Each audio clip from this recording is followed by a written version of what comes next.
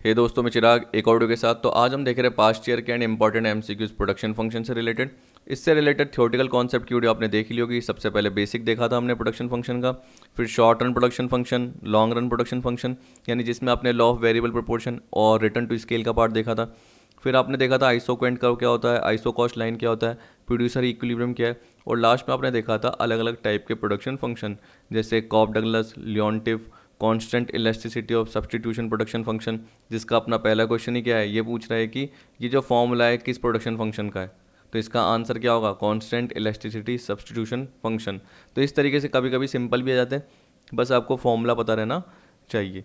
तो यहाँ पे मैंने टोटल मिला के 35 एमसीक्यूज कवर किए हैं, जिसमें से 1 से 14 तो पास्ट ईयर के हैं। तो आप देख सकते हैं कि 16-17 अटैम्प्ट की बात करोगे यानी 2012 से, तो उसके अराउंड आपको 13-14 एमसीक्यूज ही दिखेंगे। आप बोलेंगे नहीं सर और भी हैं, जैसे economy of scale, economy of scope वाले, या इकोनॉमी डिस इकोनॉमी की बात कर रहे हो, तो वो आएंगे कॉस्ट वाले पार्ट में। इसलिए मैंने यहाँ पे कवर भी किया है, तो एक गलती से कवर कर लिया होगा क्वेश्चन, नहीं तो वो अगले यानी अगले टॉपिक का ही है। ठीक है, तो पहला क्वेश्चन तो आपको पता चल गया कि जनरली क्या बोल रहा है। एक प्रोडक्शन फंक्शन आपको दे रखा है कि ऐसे एक्सप्रेस किया हुआ है, यानी ये फॉर्मूला दे रखा है, और यहाँ पे लेबर बता रखा है, कैपिटल बता रखा है, और ये 3 पैरामीटर दे रखे हैं। कैपिटल ये जानते हो क्या होता है, एफिशिएंसी पैरामीटर। ये अल्फा और बीटा भी क्या पैरामीटर है, एक तरीके से हम बोल सकते हैं। ये डिग्री के फॉर्म में नहीं है, क्योंकि डिग्री के फॉर्म में जनरली वो किस में होते हैं, कॉफ डगलस में होते हैं, alpha plus beta is equal to 1। यहाँ पे मैंने डिग्री क्या बताई थी, ये 1, जिसको जनरली क्या बोलते हैं अपन, वी बोलते हैं, यहाँ रखना है ना।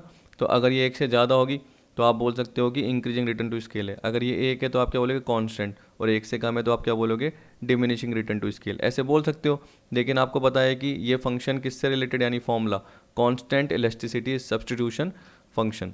ठीक, तो एक बार फॉर्मूले जरूर देख लेना, ताकि आपके कभी कभी एग्जाम में आ सकते हैं। क्या पता आपका लियोनटिफ का आ जाए जो मैंने आपको बताया था, ठीक, कॉफ डगलस का आ जाए, तो कुछ भी आपसे पूछ सकता है, डायरेक्ट फॉर्मूला भी। तो इसका फर्स्ट का है ए। सेकंड में बोल रखा है essence of law of diminishing return is inelastic production, negative marginal production, declining total production, declining average production. तो देखिए ये तो आपने देखा भी होगा, मैंने शायद ये पीडीएफ में कवर कराया था आपको। तो देखिए आपको पता है कि एक तरीके से जब डिमिनिशिंग रिटर्न की बात करते हैं तो वो सेकंड स्टेज से आती है, क्योंकि शुरू में इंक्रीजिंग होती है, फिर डिमिनिशिंग होती है, फिर नेगेटिव होती है। तो आप देखिए एक तरीके से मार्जिनल प्रोडक्ट गिरता हुआ जा रहा है, तो एक तरीके से क्या हुआ, नेगेटिव हुआ ना। नेगेटिव कैसे, क्योंकि वर्कर बढ़ रहे हैं, लेकिन प्रोडक्शन जो मार्जिनल है, टोटल तो बढ़ रहा है, लेकिन मार्जिनल के हिसाब से आप देखो तो इसका मतलब क्या है कि हमारा टोटल वर्क बढ़ रहा है, लेकिन किस रेट से, डिमिनिशिंग रेट से। तो वो डिमिनिशिंग रिटर्न का मतलब क्या हुआ, एक तरीके से मार्जिनल प्रोडक्ट आपका धीरे धीरे क्या जा रहा है, गिरता हुआ जा रहा है, और लास्ट में क्या पहुंच जाएगा, वो नेगेटिव पहुंच जाएगा। ठीक है, और अगर आप कर्व से डिनोट करना चाहते हो तो ये कर्व भी बनाया हुआ था मैंने, यहाँ से आप चाहे देख सकते हो कि ये आपकी फर्स्ट स्टेज है, ये सेकेंड है, और ये थर्ड है, ये इंक्रीजिंग, ये डिमिनिशिंग, ये नेगेटिव। ठीक है, तो आपको पता है कि मार्जिनल प्रोडक्ट गिरना तो पहले ही चालू कर देता है, जिसे हम बोलते हैं इन्फ्लेक्शन पॉइंट, जिसमें आपका वो 16 था, उसके बाद एक तरीके से वो 12, 7, 5 समथिंग जैसे भी जा रहा है, और जीरो चले गया, फिर उसके बाद माइनस चले गया। तो आपका जीरो के बाद एक तरीके थर्ड स्टेज होती है, जिसको हम नेगेटिव रिटर्न वाली बोलते हैं। पर यहाँ पे जैसे हमको जो आंसर का ऑप्शन दे रखे थे, तो उसके हिसाब से हम क्या बोलेंगे, नेगेटिव मार्जिनल प्रोडक्शन। सिंपल बात था, ये भी कोई इतना टिपिकल नहीं था, क्योंकि देखो टोटल प्रोडक्शन डिक्लाइनिंग तो होता ही नहीं, वो कब होता है, वो होता है अपना कब, जब नेगेटिव रिटर्न वाले पार्ट में आता है। ठीक है, यानी हमने जो तीसरी स्टेज वाला पार्ट देखा था। और डिक्लाइनिंग एवरेज प्रोडक्शन तो देखो क्या है, सीधी सी बात है, टीपी अपॉन क्या करोगे आप, वही वेरिएबल फैक्टर करोगे, तो वहाँ पे जाके देख लेना एवरेज प्रोडक्शन कैसे हो रहा है। ठीक है, तो यहाँ पे सेकंड का जो होगा वो होगा आपका बी। अब थर्ड वाले पार्ट में मैंने आपको देखो क्या है कि मुझे हर चीज़ समझाने की ज़रूरत नहीं है, इस पर्टिकुलर क्या है एमसीक्यूज में। जैसे यहाँ पे बोल रहा है प्रोडक्शन फंक्शन किस पे बेस्ड था, is based on which combination of the main characteristic of the inputs from the following. तो जनरली आपको पता है प्रोडक्शन फंक्शन मेन किस पे बेस है, इनपुट्स का यूज़ करते हो तब जाके आउटपुट निकलता है, मतलब लेबर और कैपिटल। तो उसमें क्या कैरेक्टरिस्टिक होनी चाहिए, तो मैंने आपको 3 बताई थी। आप पहली वीडियो के एंड में जाके देख लेना, यानी जब बेसिक बताया था तो उसमें मैंने 3 फीचर बताए थे, सब्स्टिट्यूटेबिलिटी, कॉम्प्लीमेंटरिटी और स्पेसिफिसिटी। सब्स्टिट्यूटेबिलिटी का मतलब यही है कि आप मान के चलो, आपको पता है कि आप लेबर बढ़ा रहे हो, आप क्या कर रहे हो, लेबर बढ़ा रहे हो साथ साथ, और आपने क्या पता जो शॉर्ट टर्म प्रोडक्शन फंक्शन की बात कर रहे हैं तो उसमें आपने कैपिटल या अदर फिक्स फैक्टर कांस्टेंट रखे और आप लेबर बढ़ा रहे हो। तो इसका मतलब क्या है, आपको पता है कि आप कैपिटल के साथ लेबर का यूज़ कर रहे हो, तो आप सब्स्टिट्यूट कर सकते हो। ठीक है, या ये भी बोल सकता हूँ कि आप लेबर बढ़ा रहे हो और कैपिटल कम कर रहे हो, तो वो भी एक तरीके से सब्स्टिट्यूट का पार्ट है। कॉम्प्लीमेंट्री का मतलब क्या है कि लेबर के बिना कैपिटल अधूरा है, कैपिटल के बिना लेबर अधूरा है। चाहे आप कम ज़्यादा कर रहे हो लेकिन साथ साथ काम कर रहे हो तो वो कॉम्प्लीमेंट्रिटी का पार्ट आ गया। स्पेसिफिसिटी का मतलब क्या हो गया कि लेबर जो भी काम कर रहा है वो एक स्पेसिफिक वर्क के लिए काम करेगा, तो क्या होगा, वो एक तरीके से एफिशिएंट काम करेगा। अगर वो अलग अलग काम बहुत सारे कर रहा है तो क्या पता वो एफिशिएंटली काम ना कर पाए, यानी अगर आपने उसको मल्टीटास्क दे दिए तो क्या पता नहीं कर पाए। तो एक उसको स्पेसिफिक वर्क दो जिसमें वो स्पेशलाइज हो सके, या हम बोलेंगे जो मशीन है स्पेशलाइज मशीन, वो उस स्पेशलाइज वर्कर को देनी चाहिए। तो ये बोल रहा है रॉ मटेरियल, मशीन, वर्कर, ये सब क्या होना चाहिए, उसकी स्पेसिफिक पार्ट होना चाहिए, स्पेसिफिसिटी होनी चाहिए। तो हम बोलेंगे फर्स्ट, सेकंड और फोर है, तो थर्ड का होगा आपका ए। तो फ्लेक्सिबिलिटी नहीं होता कोई फीचर, तीन ही फीचर होते हैं याद रखना हमेशा। ये 2 बार आ चुका है, एक और बार आएगा भी, देखना नीचे कहीं ना कहीं आएगा, क्योंकि टोटल 35 MCQs है तो एक एक करके कवर कर ही रहे हैं। फोर्थ में क्या बोल रहा है, given below are two statements, one label as assertion and other label as reason, read the statement and choose the correct answer using the code given below. Assertion में आपको दे रखा है there exist excess capacity of production for the firms if these incur losses, reason their production level has to remain below their economic capacity level. अब देखो 4 code दे रखे हैं आपको, वही ए और आर करेक्ट है, और आर क्या कर रहा है, राइट एक्सप्लेनेशन नहीं दे रहा। दूसरा क्या बोल रखा है, ए इनकरेक्ट है, आर करेक्ट है। तीसरा बोल रखा है ए और आर करेक्ट है और आर राइट एक्सप्लेनेशन दे रखा है। और चौथा बोल रहा है ए करेक्ट है लेकिन आर इनकरेक्ट है, यानी बी का उल्टा हो गया ना। ठीक, तो चारों में से कौन सा होगा, कईयों ने गलत दिया। मैंने व्हाट्सएप पे जनरली चेक किया था तो ये गलत ही दिया था कईयों ने। अब देखो नॉर्मल गलत क्यों है, आप देखिए असर्शन तो सही होगा क्योंकि जनरली देखो बोल रहा है कि अगर फर्म को हानि होती है तो उस केस में उनके पास एक्सिस कैपेसिटी पड़ी हुई रहती है। इसका मतलब क्या हुआ कि उन्होंने अपनी कैपेसिटी को पूरा यूटिलाइज नहीं करा, मतलब वो ऑप्टिमम कैपेसिटी तक नहीं आ पाए, प्रोडक्शन नहीं कर पाए। ढंग से पढ़ो, देखो क्या बोल रहा है, देयर एग्जिस्ट पड़ी रहती है axis capacity of production for the firm if these incur losses. तो कोई फर्म अगर लॉस कब कर रही होगी, या तो वो क्या कर रही होगी, एक तरीके से हम बोल सकते हैं कि कॉस्ट बहुत ज़्यादा इंकर कर रही होगी, यही पार्ट होगा ना। नहीं तो दूसरा क्या बोल रहा है यहाँ पे कि जब आपके पास एक्सेस कैपेसिटी ही पड़ी हुई है प्रोडक्शन की, यानी आप अपने ऑप्टिमम लेवल तक, जो आपका ऑप्टिमम लेवल है प्रोडक्शन का, वहाँ तक ही नहीं पहुँच पा रहे और आप यहाँ पे प्रोड्यूस कर रहे हो। आपको पता है कि आपकी कैपेसिटी साल में 1 लाख यूनिट की है, लेकिन आपने प्रोड्यूस कितना करा, 80,000 ही करा। तो आपके पास कितनी एक्सेस कैपेसिटी अभी भी बची हुई है बनाने की, 20, लेकिन आप नहीं बना पा रहे। एक तो ये चीज़ ठीक है।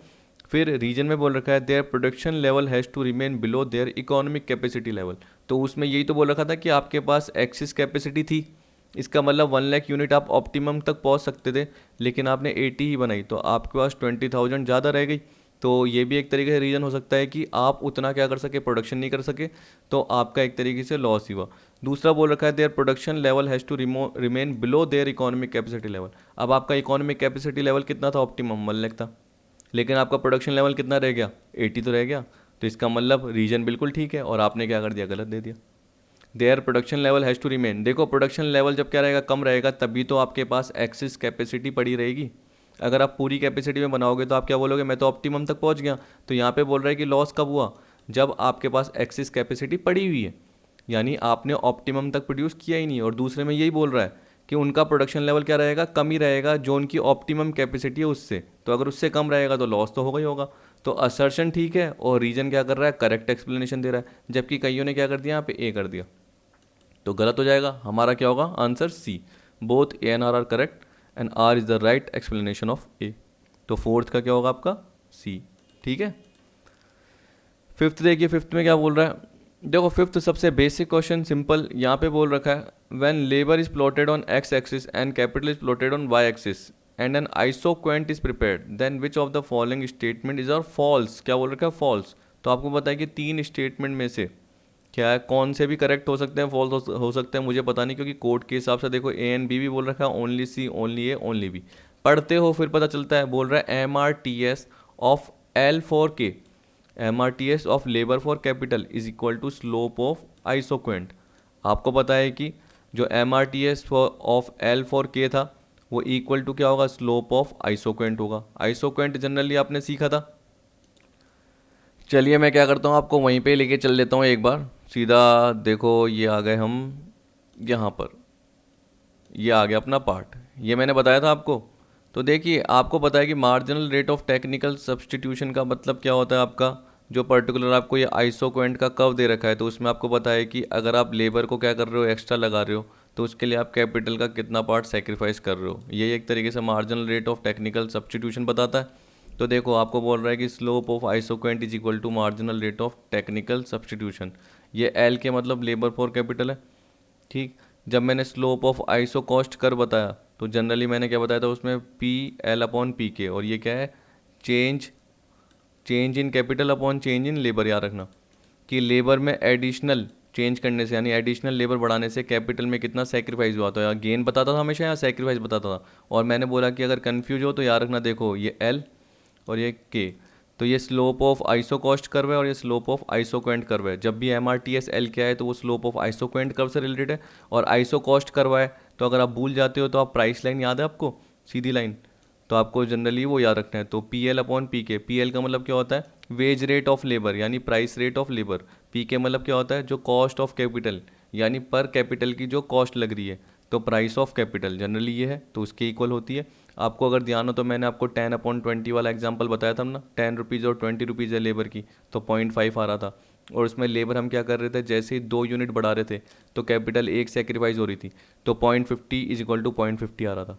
और एक और चीज़ याद रखना कि आगे ये पार्ट जब भी आएगा तो देखो एल फॉर कैपिटल बोलेगा ना, तो एम पी ये marginal productivity of labour upon marginal productivity of capital. कभी भूल जाते हो तो देखो पी एल अपॉन पी के जैसे याद रखते हो वैसे ही याद रखना।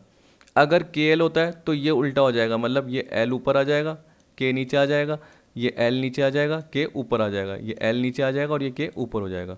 जब भी के एल होगा कैपिटल फॉर लेबर, अभी क्या अपना लेबर फॉर कैपिटल अपने क्वेश्चन में, याद रखना। तो आते हैं फटाफट। तो देखिए कई क्या करते हैं, मेरे एक पर्टिकुलर जो मैं एक्सप्लेन कराता हूँ वो देखते भी नहीं है, सीधा क्या करते हैं आंसर शीट देख लेते हैं।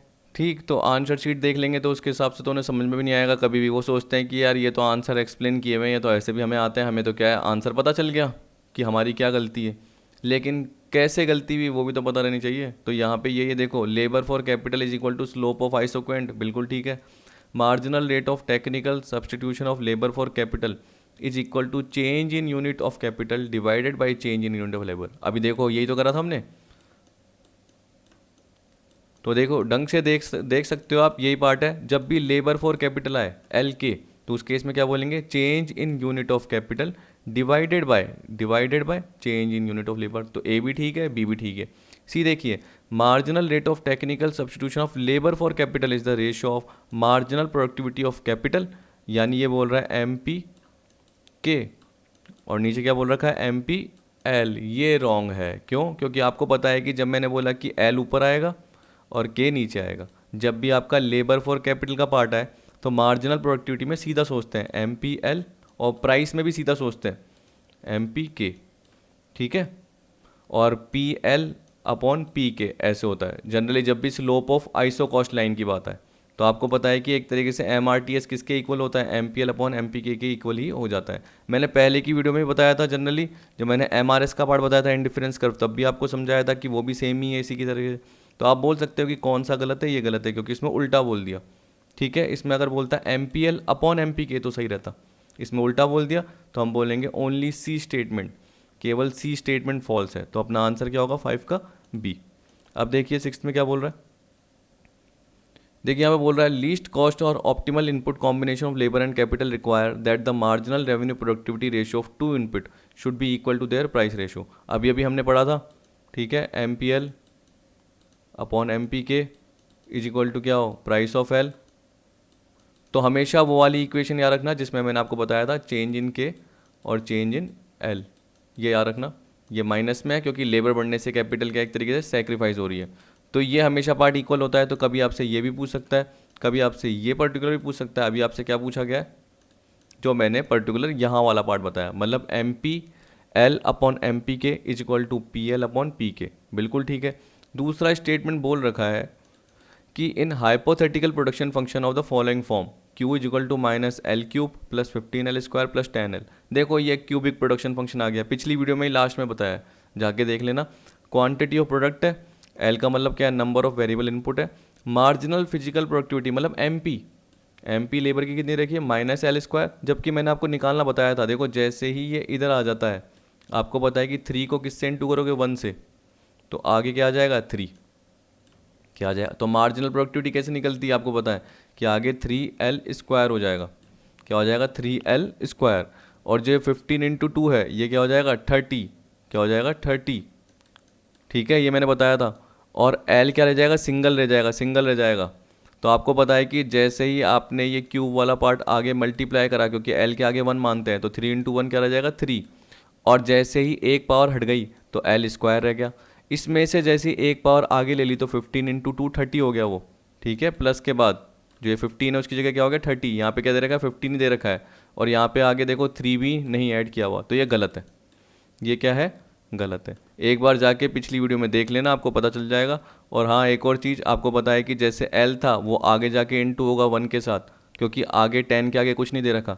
तो आपको पता है कि जनरली जैसे वो मल्टीप्लाई होगा 1 के साथ, सॉरी 10 तो दे ही रखा है ना, तो 10 के साथ ही कर लो ना। तो आपको पता है कि L की पावर 1 है, तो 1 × 10 करोगे तो क्या आएगा 10 ही आएगा। और L गायब हो जाएगा, क्योंकि जैसे आपने एक पावर ले ली तो L की पावर 1 थी, तो L पूरा का पूरा यहाँ शिफ्ट हो गया। तो मैंने आपको बताया था, पिछली वीडियो में जाके देख लेना। तो ये गलत है स्टेटमेंट 2। तो हम क्या बोलेंगे, स्टेटमेंट 1 ट्रू है और स्टेटमेंट 2 फॉल्स है। 6 का क्या आएगा आपका, सी आएगा। ठीक, अब आपका 7th का पार्ट दे रखा है। 7th के पार्ट में क्या बोल रखा है, ये बोल रहा है the short run production function for a form is as follows, Q = -L³ + 15L², यानी L की पावर 2 + 10L, जहाँ पे Q डिनोट कर रहा है total output in physical unit और L कर रहा है यूनिट ऑफ लेबर, जो कि होमोजीनियस है, but are not perfectly divisible and change in labour does not tend to become 0। इसका मतलब क्या होता है, मैंने आपको बताया था। अब देखिए स्टेटमेंट 1 क्या दे रखा है, क्योंकि मैंने आपको बोला कि जनरली मैंने आपको ये बताया हुआ है। और इसका मतलब क्या है, मैंने अभी आपसे पूछा कि जनरली इसका मतलब क्या है। देखो, but are not perfectly divisible and change in labour does not tend to become 0। तो जब मैंने आपको बताया था कि एक हाइपोथेटिकल मार्जिनल प्रोडक्ट का पार्ट आता है, क्या आता है मार्जिनल प्रोडक्ट का, और ऊपर मैंने आपको अभी फॉर्मूला बना के बताया कि जनरली कैसे होता है, 3 का पार्ट आपका आगे आ जाता है, तो 3L² हो जाता है, क्योंकि एक पावर हट जाती है। फिर उसके बाद आपको पता है कि 15L² है, तो जैसे ही ये आपने आगे इंटू करा तो L के आगे देखिए क्या दे रखा है आपको, 15 दे रखा है, तो 15 × 2 30 हो जाएगा। और L की पावर 1 रह जाएगी, तो 1 को लिखने की ज़रूरत नहीं है, 1 में हटा देता हूँ। ठीक है, और प्लस जब आप आगे करोगे तो देखो L की पावर 1 होती है, जैसे ही ये पावर आगे ले ली, L के आगे क्या है × 10 है, L से पहले क्या है × 10 है, तो आपको क्या करना पड़ेगा +10 करना पड़ेगा। और L की पावर 1 ही थी, तो L तो पूरा का पूरा यहीं ले लिया, तो आपको पता है L हट गया।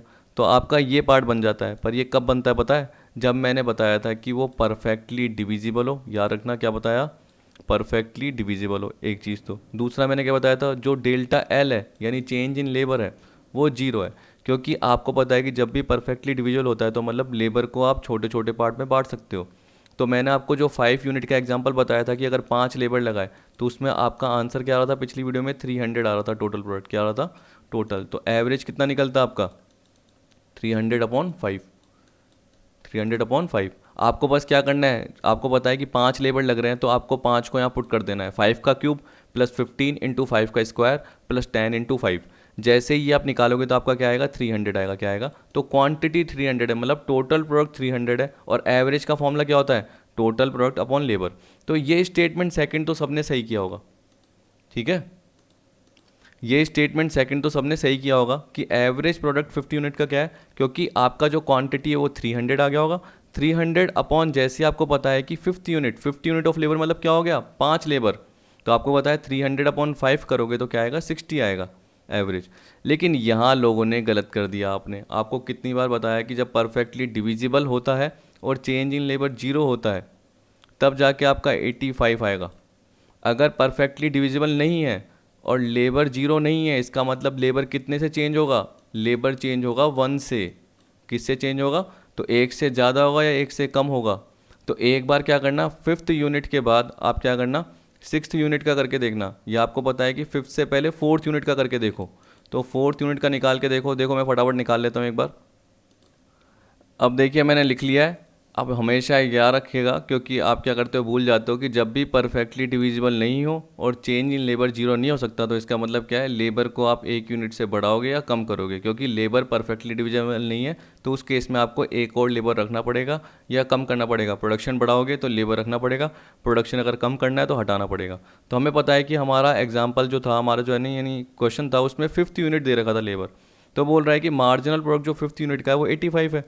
तो वो कैसे निकालोगे आपको, तो आपने जनरली जो कर दिया, देखो यहाँ पे बोल रहा है in this production function the marginal product of 5th unit of labour is 85। अब ये सही है नहीं है तो वो कैसे निकालोगे? तो आपको क्या करना है, आपको 4th यूनिट पुट कर देनी है इस पर्टिकुलर पार्ट में। तो जैसे आप पुट करोगे तो आपका कितना आएगा, 216 आएगा। कितना आएगा? 216 निकाल के देख लेना।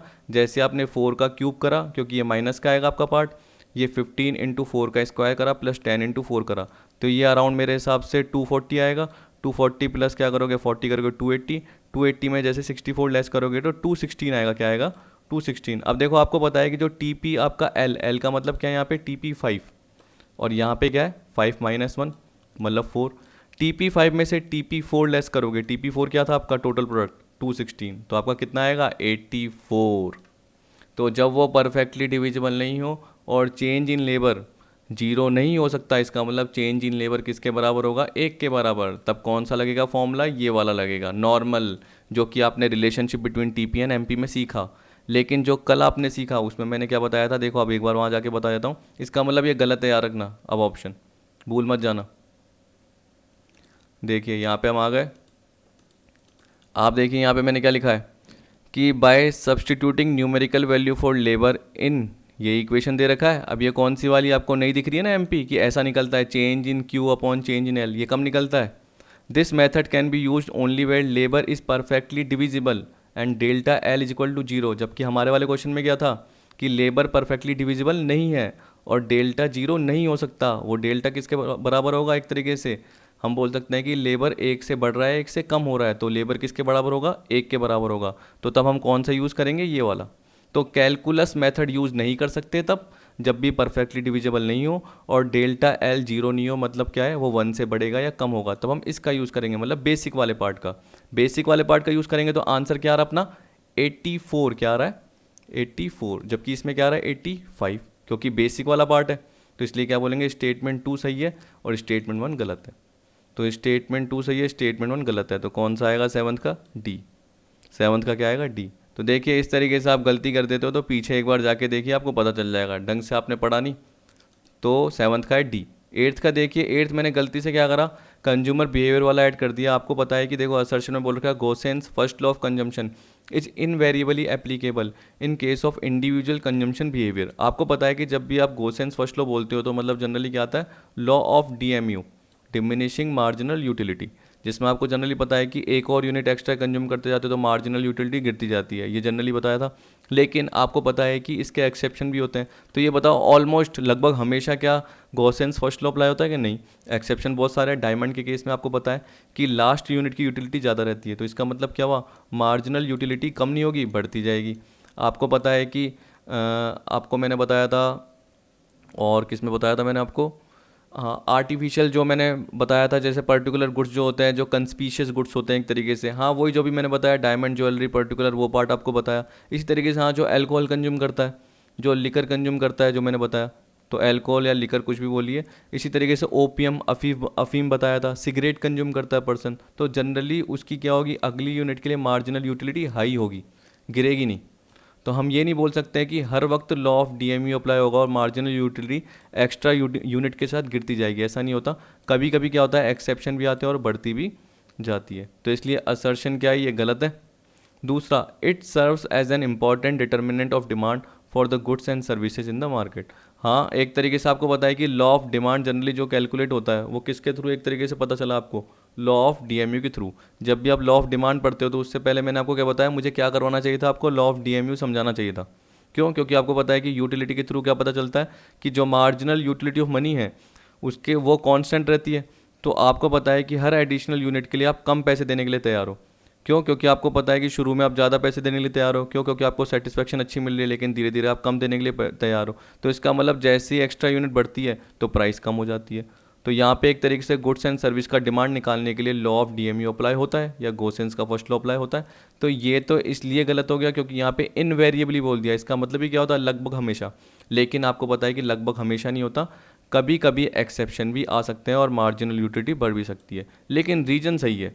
तो हम क्या बोलेंगे, A इनकरेक्ट है और R करेक्ट है, तो इसका भी क्या होगा, 8th का D होगा। A इनकरेक्ट है, R करेक्ट है। अब देखिए 9th वाला वही पार्ट जो कि आपका दिसंबर 18 समथिंग में आया था, production function for A product is based on certain assumptions, indicate the correct code from the following. तो वही फीचर्स, तो आपको मैंने 3 फीचर्स बताए थे, कॉम्प्लीमेंट्रिटी, सब्सटीट्यूटेबिलिटी, सबसे पहले ये बताया था, फिर ये बताया था, फिर स्पेसिफिसिटी बताया था।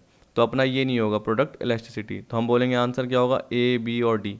कहाँ पे आ रहा है, इसमें। तो 9th का भी क्या होगा आपका, डी। 9th का भी क्या होगा, डी। अब 10th देखिए, 10th में क्या बोल रहा है। 10th में जनरली बोल रहा है कि आपको प्रोडक्शन फंक्शन दे रखा है, तो आपको देखो ये देखते ही पता चल गया कि ये कॉप डगलस का है, किसका है, कॉप डगलस का। और यहाँ पे आपको रिटर्न टू स्केल दे रखी है।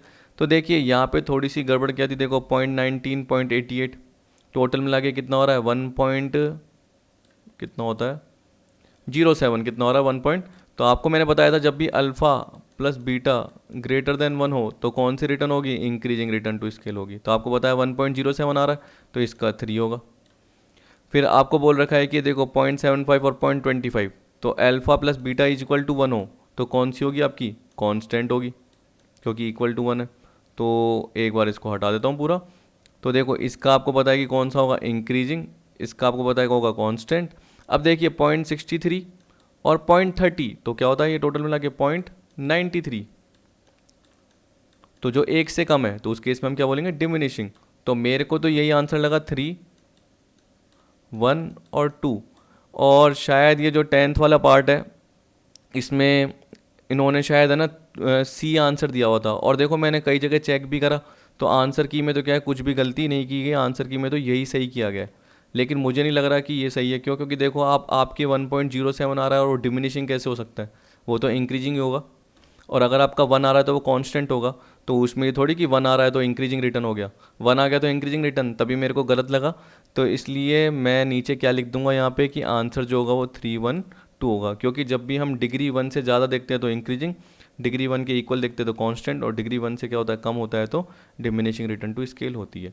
अब क्या पता उस वक्त चेकिंग वैकिंग का क्या पता होगा भी सिस्टम, लेकिन लोगों का सही नहीं किया हो, क्योंकि कभी कभी एनटीए अपना ही काम करता है। जैसे इस बार आपको दिसंबर 19 के लिए पता है कि कॉमर्स में क्या हो गया, कईयों के जेआरपी क्लियर हो गई, क्योंकि एक क्वेश्चन से रह गई थी, लेकिन बाद में उन्होंने क्या कर दिया, सही कर दिया। शुरू में तो सही नहीं करा, लेकिन कोई ना कोई एक क्वेश्चन उन्होंने क्या कर दिया, सही कर दिया।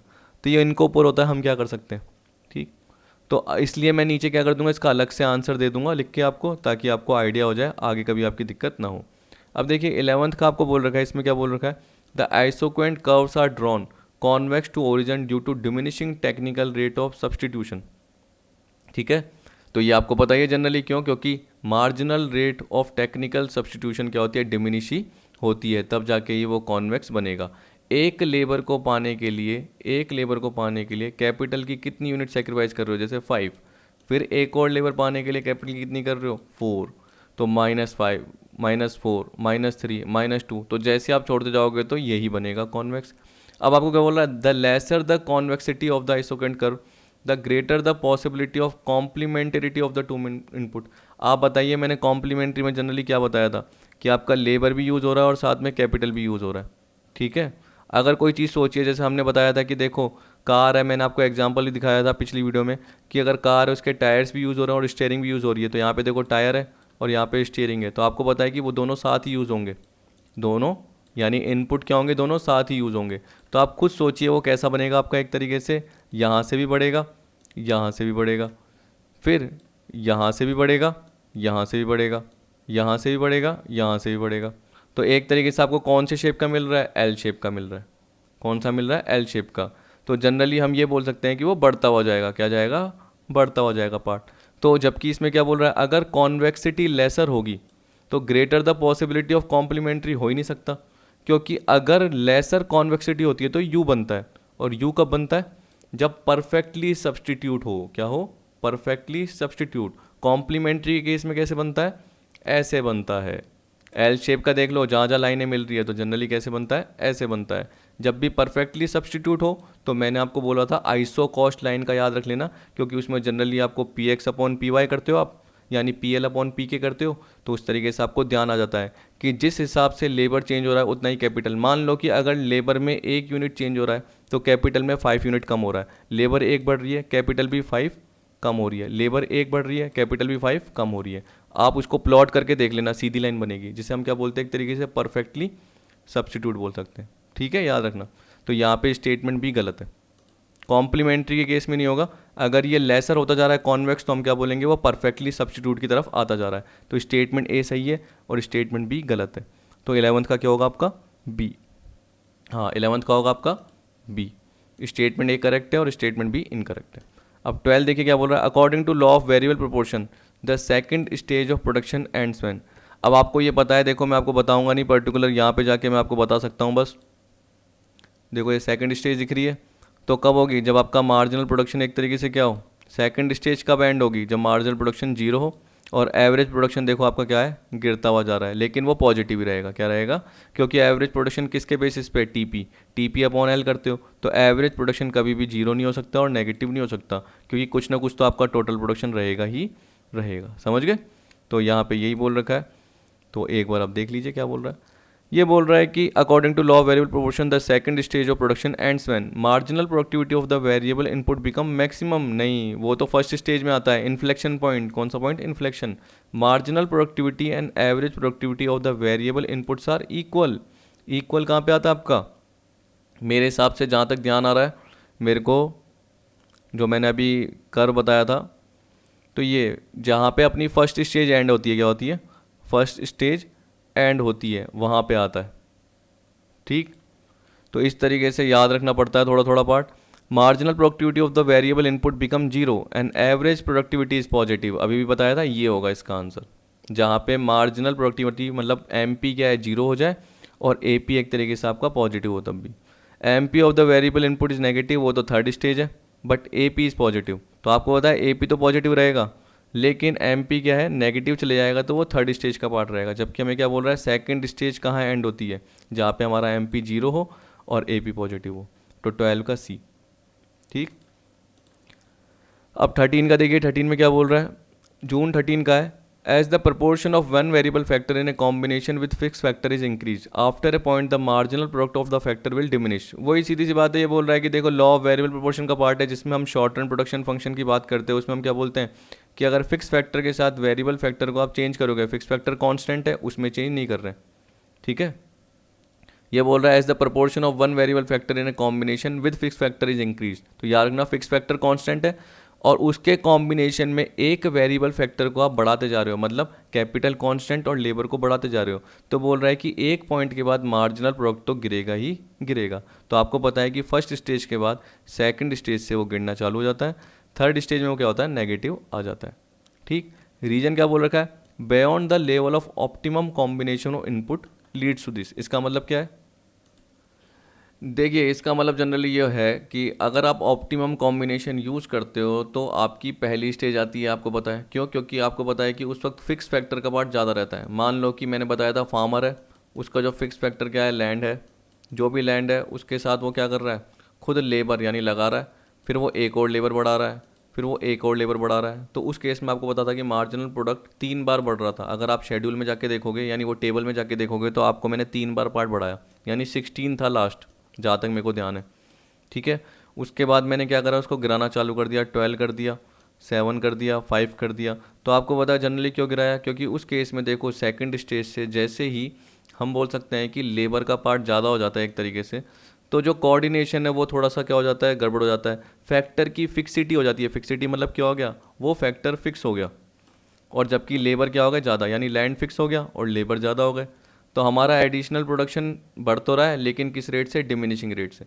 किस रेट से, यानी हमारा टोटल प्रोडक्शन बढ़ तो रहा है लेकिन डिमिनिशिंग रेट से, मतलब मार्जिनल प्रोडक्शन गिरता हुआ जा रहा है। तो ये बोल रहा है कि beyond the level of optimum combination of input leads to this. तो इसका मतलब क्या है कि ऑप्टिमम कॉम्बिनेशन के बाद जो लेवल आता है, मतलब सेकंड स्टेज आती है, थर्ड स्टेज आती है, उसकी वजह से क्या होता है, हमारा मार्जिनल प्रोडक्ट गिरने लग जाता है। तो जो सेकंड स्टेज आती है वो जनरली क्या कहलाती है कि जो भी ऑप्टिमम कॉम्बिनेशन है, अब वो ऑप्टिमम नहीं रहा, थोड़ा थोड़ा कोऑर्डिनेशन ढंग से नहीं होने लग गया, लेबर का पार्ट ज़्यादा होने लग गया, और फिक्स फैक्टर फिक्स होने के कारण एक तरीके से कोऑर्डिनेशन में बोल सकता हूँ, या एक दूसरे के थ्रू जो काम कर रहे थे, यानी फिक्स फैक्टर के थ्रू जो लेबर काम कर रहे थे, जो भी मशीनरी लैंड के थ्रू, वो एक ढंग से सही आउटपुट नहीं निकाल पा रही। तो हम बोल रहे हैं कि मार्जिनल प्रोडक्शन ज़्यादा नहीं हो रहा, वो गिरता हुआ जा रहा है। तो हम क्या बोलेंगे, रीजन भी ठीक है। तो 13 का क्या आएगा, R is appropriate reason of A. और अगर आपको पूरा प्रॉपर देखना है तो आप एक बार कॉजेज ऑफ डिमिनिशिंग रिटर्न वाला पार्ट देख लेना कि उसके कॉजेज क्या होते हैं, आपको पता चल जाएगा कि फर्स्ट स्टेज के बाद, फर्स्ट स्टेज तो क्या है, इंक्रीजिंग रिटर्न का है, उसके बाद डिमिनिशिंग के कारण क्या होते हैं। तो जनरली ये यही बता रहा है कि ऑप्टिमम के बाद सेकंड स्टेज आ जाती है, इस चक्कर में मार्जिनल प्रोडक्ट डिमिनिश होता है। तो 13 का क्या आएगा आपका ए। अब 14 में देखिए, 14 में क्या बोल रहा है, जून 13 का था। देखिए यहाँ बोल रहा है optimal input combination to minimize the cost for a given output will be at the point where, यानी प्रोड्यूसर इक्विलिब्रियम का पार्ट है, जहाँ पे आपको मैंने बताया था कि जो आइसो कॉस्ट का स्लोप है वो किसके टेंजेंट होता है, आइसोक्वेंट के। मतलब आपने आइसोक्वेंट देखा था, आइसोक्वेंट जनरली ये होता है क्वांटिटी से रिलेटेड, और कॉस्ट मतलब क्या होता है, वो एक स्ट्रेट लाइन होती है जैसे प्राइस लाइन होती है। तो ये एक तरीके से टेंजेंट आ गया। फिर ये तो ठीक है, फिर आपको बोल रहा है MRTS between inputs is equal. तो इनपुट्स आपको पता है लेबर और कैपिटल, तो उससे रिलेटेड MRTS का पार्ट है, आपको पता है कि labour capital is equal to generally क्या होता है। तो हम बोल सकते हैं कि जो मार्जिनल प्रोडक्टिविटी है लेबर और कैपिटल की, ठीक है, वो आप बोल सकते हो कि जो PL और PK उसके इक्वल है। या आप ये भी बोल सकते हो कि जो marginal rate of technical substitution का आपने पार्ट देखा, उसमें देखा change in K upon change in L, labour बढ़ाने से कैपिटल कितना सेक्रीफाइस हो रहा है, तो यहाँ गेन की बात कर रहा है, यहाँ सेक्रीफाइस की बात कर रहा है। तो एक तरीके से बोल रहा है कि marginal rate of technical substitution between inputs, तो इनपुट मतलब लेबर और कैपिटल, उनके बीच में इसमें जब भी आइसो कॉस्ट टेंजेंट होता है तो वो इक्वल रहेगा, तो इक्वल का पार्ट रहेगा। फिर आपको बोल रहा है any movement from optimum point will lead to low level of output. तो अगर आपका जो है ऑप्टिमम पॉइंट है, इससे अगर आप कहीं पे भी मूवमेंट करते हो, मतलब यहाँ मूवमेंट करते हो, या आपको बोल दिया चलो यहीं मूवमेंट कर रहे हो या यहीं मूवमेंट कर रहे हो, तो उस केस में आपका लो लेवल ऑफ आउटपुट रहेगा। क्योंकि देखो उस वक्त आपको या तो चलो यहाँ पे तो मूव कर भी नहीं सकते, क्यों नहीं कर सकते, क्योंकि कॉस्ट लाइन यही है। तो मान के चलो कि एक और पर्टिकुलर मैंने आइसोक्वेंट कर बनाया, तो मैं यहाँ पे भी नहीं जा सकता और यहाँ पे भी नहीं जा सकता क्योंकि टेंजेंट नहीं है। और यहाँ पे तो एक तरीके से हम क्या बोल सकते हैं, पार्ट ही नीचे आएगा। तो पार्ट नीचे आएगा तो आपका ऑप्टिमम कॉम्बिनेशन आएगा ही नहीं, क्योंकि आपको पूरे का पूरा कॉस्ट यहीं पे ही खर्च करनी पड़ेगी। तो हम बोल सकते हैं कि ABC ठीक है, तो 14th का क्या आएगा D, all the above condition are fulfilled. 15 का देखिए क्या बोल रहा है, कॉप डगलस प्रोडक्शन फंक्शन में आपको दे रखा है कि अल्फा 0.6 है और बीटा कितना है 0.30, दोनों का टोटल करो 0.90। तो जनरली क्या बताएगा आपको, डिक्रीजिंग रिटर्न टू स्केल, पहले भी बता चुका हूँ, तो सेम वही है। तो 15 का क्या आएगा आपका C। 16 में आपको क्या बोल रखा है, अब देखिए आपके पास्ट ईयर के नहीं है, अब आपके इंपॉर्टेंट है, कुछ टिपिकल है, कुछ सिंपल है। जैसे देखिए simple, in Cobb Douglas production function elasticity of factor substitution is equal to 0, infinity, 1, less than 1। मैंने आपको बताया था कांस्टेंट रहती है, और इलास्टिसिटी ऑफ फैक्टर सब्सटीट्यूशन का मतलब क्या होता है, आपको पता है कि परसेंटेज चेंज इन लेबर, ठीक है ना, यही बताया था, उससे आउटपुट पे क्या असर हो रहा है ये बताया था। तो जनरली किससे रिलेटेड था, अल्फा से रिलेटेड था। वैसे बीटा का बताया था, बीटा में क्या बताया था, नीचे कैपिटल क्या बताया था, उससे आउटपुट पे क्या असर हो रहा है, परसेंटेज चेंज इन कैपिटल, और ऊपर क्या आएगा, परसेंटेज चेंज इन आउटपुट। तो जनरली आपको पता है कि अल्फा प्लस बीटा कब कॉन्स्टेंट होता है, जब वो इक्वल टू 1 होता है। तो यहाँ पे 16 का क्या आएगा आपका 1 आएगा, ठीक है। फिर 17 में आपको क्या बोल रखा है, if all inputs are increase in the same proportion then it is the case of. अगर आप सोचिए कि सारे इनपुट्स को सेम प्रपोर्शन में बढ़ाते हो तो फिक्स प्रपोर्शन आता है। और वो फिक्स प्रपोर्शन किस में आता है, जैसे मैंने आपको बोला कि एक मशीन है यानी एक कैपिटल है और 2 लेबर लगते हैं। फिर मान लो कि ये बोल रहा है कि अगर सेम प्रोपोर्शन में सारे इनपुट को, मतलब जो कैपिटल मतलब फिक्स फैक्टर है उसको भी वेरिएबल मान लिया, तो वो कहाँ पे मानते हैं, लॉन्ग रन में। किस में मानते हैं, लॉन्ग रन में। तो आपको पता है कि सारे फिक्स फैक्टर वेरिएबल हो जाते हैं। तो एक और मशीन लगाई 4 लेबर हो गए, एक और मशीन लगाई 6 लेबर हो गए। तो प्रपोर्शन देखिए 1:2, 1:2, और ये 3:6 है तो 1:2। तो ये बोल रहा है कि कब सेम प्रोपोर्शन रहता है, तो आप क्या बोलोगे, लॉन्ग रन में। और आपको पता है law of return to scale में, क्योंकि शॉर्ट रन किससे रिलेटेड है एक तरीके से, या लॉ ऑफ वेरिएबल प्रोपोर्शन किससे रिलेटेड है, शॉर्ट रन से रिलेटेड है। जहाँ पे हम बोल सकते हैं कि क्या आता है, वेरिएबल प्रोपोर्शन प्रोडक्शन फंक्शन। देखो क्योंकि नाम ही क्या है टॉपिक का, ये इसको क्या बोलते हैं, लॉ ऑफ डिमिनिशिंग रिटर्न भी बोलते हैं, यहाँ रखना, और law of diminishing marginal product भी बोल सकते हैं इसको।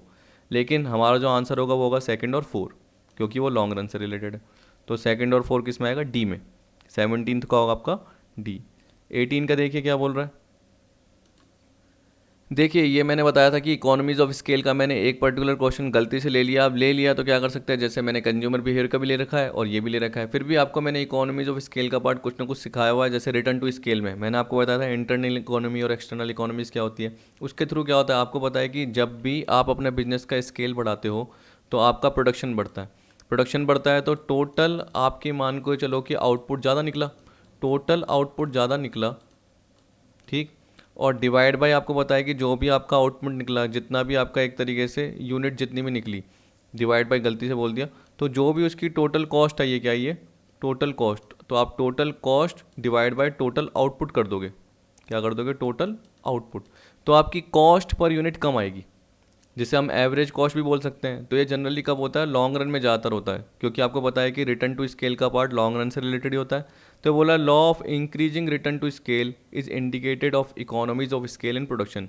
आपको पता है कि जब भी law of increasing return to scale का मतलब हम बोलते हैं, तो इसका मतलब क्या होता है कि लेबर और कैपिटल में मान लो कि अगर 10% चेंज किया है, लेबर और कैपिटल में अगर प्रपोर्शन में 10% चेंज किया है, तो आपके आउटपुट में कितना चेंज होगा, मान लो 20%, मतलब 2 गुना हो गया, 15% मतलब 1.5 गुना हो गया, 1.5 टाइम्स हो गया, मतलब 1 से ज़्यादा हो रहा है, तो उस केस में हम क्या बोलेंगे, इंक्रीजिंग रिटर्न टू स्केल।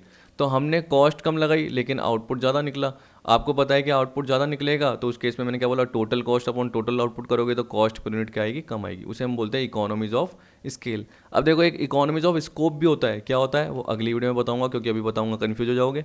तो यहाँ पे यही बोल रखा है कि एक तरीके से क्या इंडिकेट करता है इसके थ्रू कि इकोनॉमीज ऑफ स्केल हो रही है, बिल्कुल ठीक, क्योंकि उस केस में टोटल प्रोडक्शन बढ़ेगा, टोटल प्रोडक्शन बढ़ेगा तो टोटल कॉस्ट जैसे ऊपर रखोगे और डिवाइड बाय टोटल प्रोडक्शन करोगे तो जो एवरेज कॉस्ट पर यूनिट है वो कम आती है। तो ये बोल रहा है economies of scale indicate fall in long run average cost. आ गई ना, एवरेज कॉस्ट पर यूनिट क्या आती है आपकी, कम आती है। तो सही है, हम क्या बोलेंगे, ए भी ठीक है और आर भी ठीक है, तो 18 का आपका आएगा सी।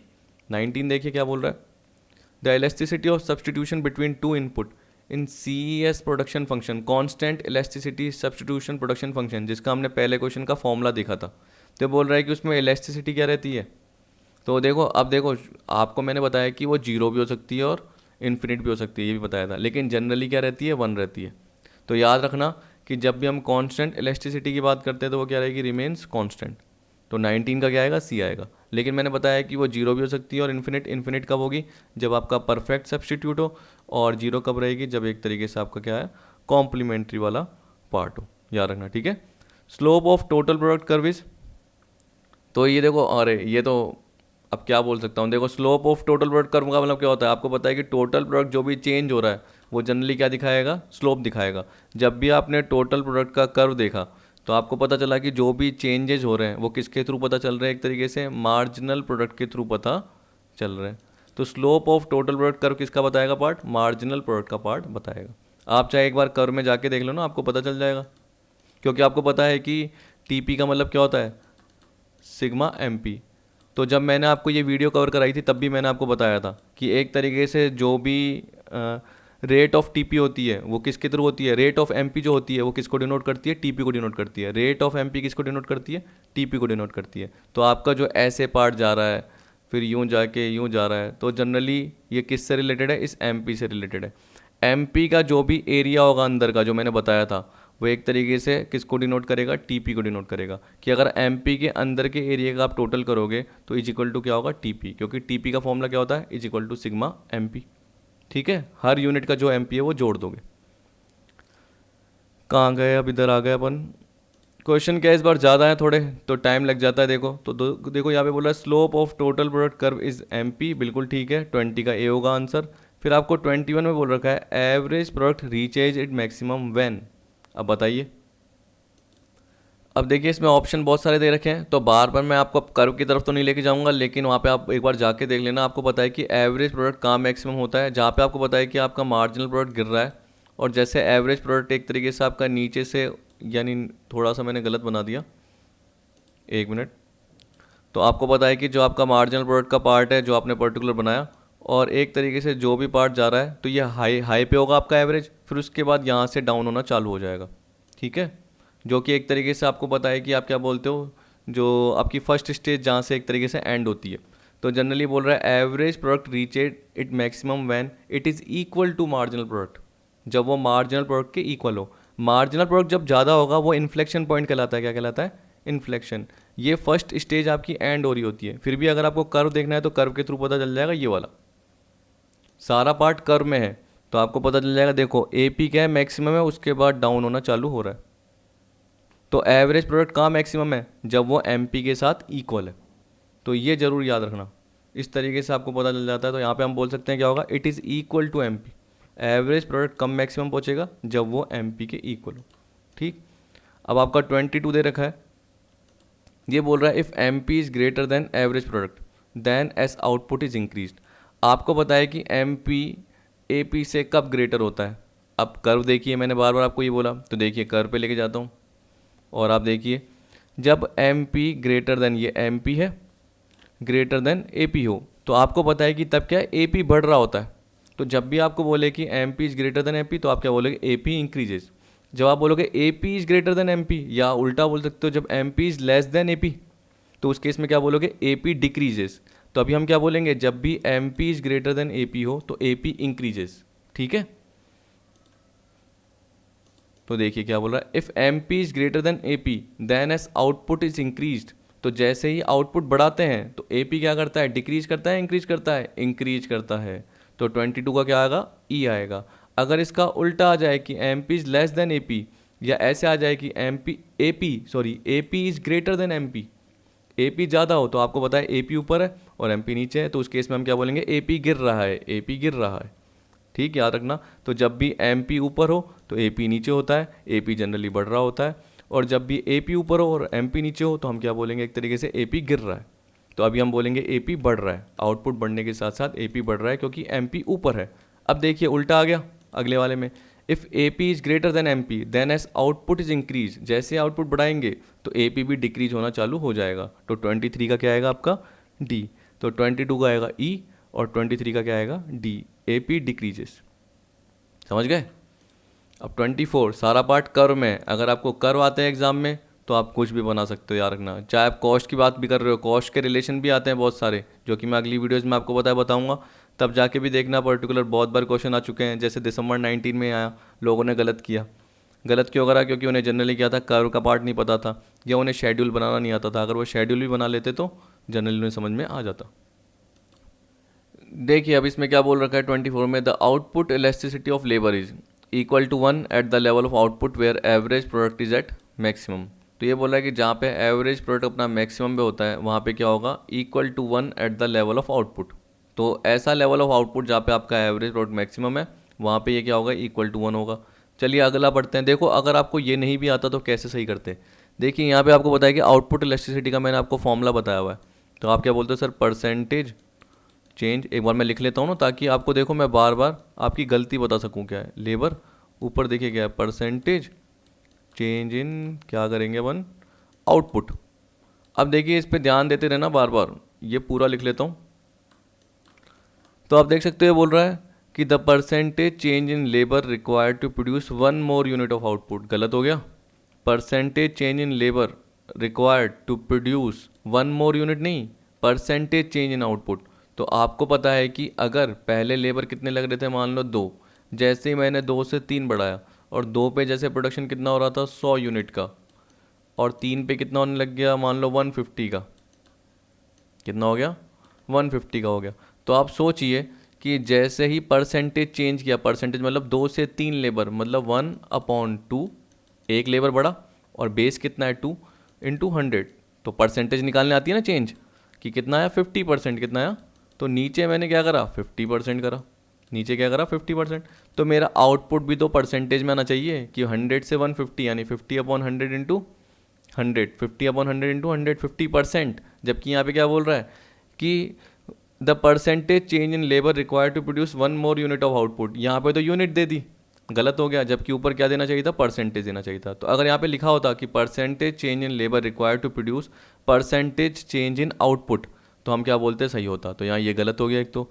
फिर देखो, equal to ratio of total product to the quantity of labour employed. ये किसके रेशियो के इक्वल है, total product to the labour employed, मतलब नंबर ऑफ लेबर। तो ये क्या आता है, एवरेज प्रोडक्ट। तो आप बताइए कि आउटपुट इलास्टिसिटी का भी एवरेज प्रोडक्ट होती है कि नहीं। फिर लास्ट वाला पार्ट क्या दे रखा है, a measure of percentage change in output that can result when the quantity of labour is held constant. आप बताइए कि क्वांटिटी ऑफ लेबर को अगर आप कांस्टेंट रखेंगे तो पहले भी लेबर 2 थे और अभी भी 2, तो वैसे ही 0 हो जाएगा। अगर परसेंटेज चेंज इन लेबर नीचे 0 होता है, तो अगर आपको पता है कि ऊपर आउटपुट जो भी निकले कि अगर मैंने लेबर 2 से 2 रखे तो इसका मतलब लेबर एक तरीके से अच्छा काम कर रहे हैं और वो एफिशिएंटली काम कर रहे हैं। तो पहले मान लो कि 100 यूनिट निकलती थी, अब वो 150 निकाल रहे हैं। कितनी निकाल रहे हैं? तो 100 से 150 कितना चेंज हुआ? 50 यूनिट का। 50/100 मतलब 50%। 50/0 करोगे तो क्या आता है? इन्फिनिट आता है। क्या आता है? इनफाइनाइट आता है।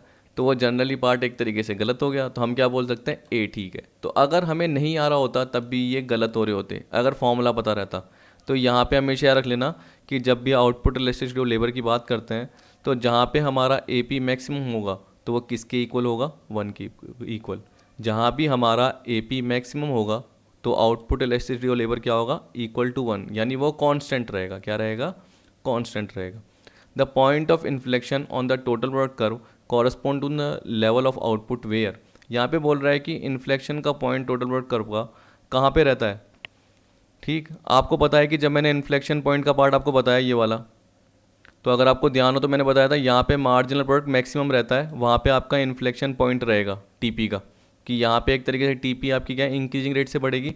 जैसे ही एमपी गिरना चालू होगी तो टीपी भी डिमिनिशिंग रेट से बढ़ना चालू हो जाएगी और मैक्सिमम पहुँचेगी कौन से स्टेज पे? सेकंड स्टेज के लास्ट में। जैसे सेकंड स्टेज का एंड होगा उसके बाद वो गिरना चालू हो जाएगी क्योंकि थर्ड स्टेज चालू हो जाएगी। तो इन्फ्लेक्शन पॉइंट कहाँ पे है? जहाँ पे एमपी मैक्सिमम है। तो आप देख सकते हैं यहाँ पे the point of inflection on TP curve corresponds to the level of output where stage 2 of production began, average product is at a maximum, MP is at a maximum। ये आ जाएगा। ठीक है, अब देखिए मैं इसमें ये भी बताऊं, मैंने जो कर्व बताया मैंने आपको बताया था कि T R J N V की और में जनरली क्या है कि यहीं से स्टेज चालू कर रहा है फर्स्ट स्टेज, जबकि हमारी फर्स्ट स्टेज तो पूरी ये होती है ना, क्योंकि एमपी पहले ही गिरना चालू कर देता है। यहाँ पे आप देख सकते हो एमपी एपी अभी भी बढ़ रहा है लेकिन एमपी पहले ही गिरना चालू कर देता है। लेकिन कभी कभी क्या होता है आपका पार्ट, जब आप है ना बताऊँ जो इकोनॉमिक्स के अपने स्कूल की बुक देखते हो तो जनरली इसमें पार्ट आ जाता है। तो मान के चलो अगर आपका एग्ज़ाम में ये जो क्वेश्चन आ रहा है इसमें ये ऑप्शन होता ही नहीं, तो जनरली आप क्या बोलते हैं? Stage 2 of production begin. जैसे स्टेज 2 ऑफ प्रोडक्शन चालू होता है मतलब स्टेज 1 एंड होती है, तो उस केस में हम इन्फ्लेक्शन पॉइंट बोल सकते हैं क्योंकि ये पॉइंट था ही नहीं। तो अगर आपका marginal product is at maximum आता है तो आप यही ज़रूर देना क्योंकि यही सही रहता है। लेकिन अगर अब ये ऑप्शन होगा ही नहीं और आपके A B C D option दे रखे हैं उसमें से बाकी ऑप्शन आपको गलत लग रहे हैं तो एक देना है, तो आप यही सही दोगे। तो अभी तो क्या है 25 का सी होगा क्योंकि जैसा मैंने बताया उस हिसाब से तो 25 का सी है। अब 26 law of diminishing return is reflected in the negatively sloped portion of the marginal product curve.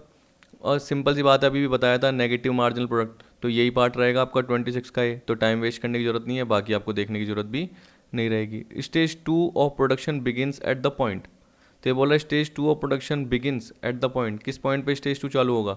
जहाँ पे M P is equal to क्या हो? A P. 27 का बी। एक बार आप ये पर्टिकुलर कर्व देखना हमेशा, देखो कितने सारे क्वेश्चन मैंने जानबूझ के कवर किए हैं क्योंकि इसमें लोगों को दिक्कत होती है इसलिए मैंने कवर किए। स्टेज 2 कहाँ से बिगिन होती है? जहाँ M P equal to A P, तो मतलब स्टेज 1 एंड हो रही है और स्टेज 2 चालू हो रही है। तो कर्व के थ्रू हमेशा याद रखना, आपको सारा का सारा पार्ट सिंपल लगेगा। मैं तो ऐसे याद रखता हूँ तभी देखो मेरे को क्या होता है पता रहता है। 27 का बी। 28 एन आइसोकेंट दैट इज, देखो एक आइसोकेंट क्या होता है आपको पता है कि एक आइसोकेंट बना हुआ है, या आइसोकेंट बना हुआ है, या आइसोकेंट बना हुआ है। तो बोला है isoquant that is further from the origin represent greater output, मतलब जो अपने ओरिजिन से जितना दूर होगा, इसका मतलब ये दूर नहीं है इतना, ये भी दूर है लेकिन इससे दूर नहीं है, तो इसका मतलब ये बहुत ज़्यादा दूर है।